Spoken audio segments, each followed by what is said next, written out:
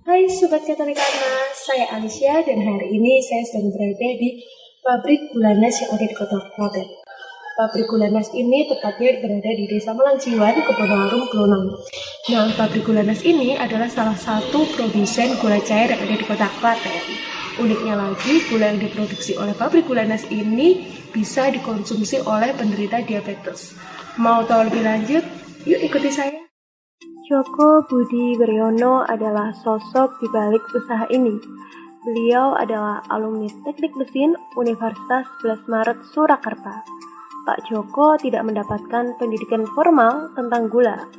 Namun, beliau mampu menciptakan inovasi produk gula dengan glycemic index terendah. Alasan apa ya Pak yang membuat Bapak Joko ini membuat UMKM pabrik gula Nas ini? Ya, jadi kami sebagai orang teknik ini cukup tertantang dengan kondisi industri gula nasional. Dulu pada zaman Hindia Belanda tahun 1930-an itu Indonesia adalah negara eksportir gula terbesar dunia. Ya, terus kemudian setelah kami lihat datanya, kira-kira 80-90 tahun kemudian sampai sekarang itu tren produktivitasnya terus menurun, kemudian tren konsumsi nasionalnya terus naik. Jadi hari ini di tahun 2022, terutama puncaknya kemarin di 2018, Indonesia itu pengimpor gula terbesar di dunia. Bahkan RRT saja kalah. RRT itu datanya importnya 4,2 juta ton, Indonesia importnya 4,6 juta ton. Nah, atas dasar itu kemudian salah satunya ya atas dasar itu kemudian kami tertantang. Kenapa kondisi pergulaan itu ada apa kok seperti inilah? Karena kami bukan berasal dari orang gula, kemudian kami membuat prototipe pengolahan gula kecil untuk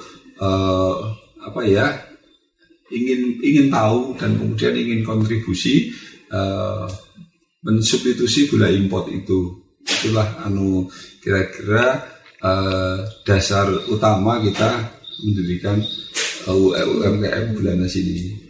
Nah, lalu apa sih Pak perbedaan gula Nas dari pabrik gula ini sama pabrik gula lain baik dari segi produksi maupun kualitas yang ada dalam? Iya, perbedaan kami dengan pabrik gula lainnya yang pertama di skalanya. Kami ini masih skala sangat kecil untuk ukuran pabrik gula karena sehari kami baru bisa produksi maksimum di 50 ton tebu. Kalau di pabrik gula yang besar di Indonesia itu kapasitas 3.000 ton tebu saja dianggap tidak ekonomis sehingga pabriknya ditutup nasionalnya. Nah, kami mencoba menginovasi teknologi proses gula ini yang tadinya kalau di pabrik gula konvensional itu tebu menjadi gula kristal. Kalau di sini kami meriset tebu menjadi gula cair. Iya.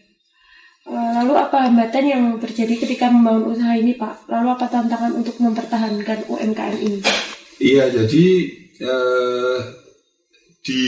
tadi sedikit tak tambahin. Jadi di tebu itu sebetulnya ada 3 unsur gula: sukrosa, glukosa, fruktosa.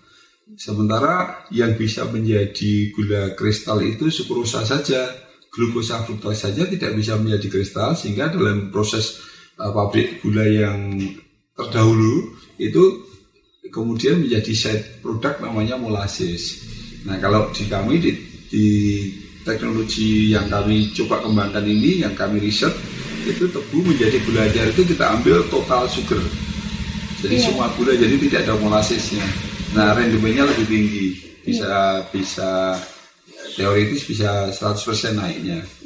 Terus kemudian hambatannya tentu banyak, jadi biaya risetnya juga cukup tinggi untuk ukuran kami.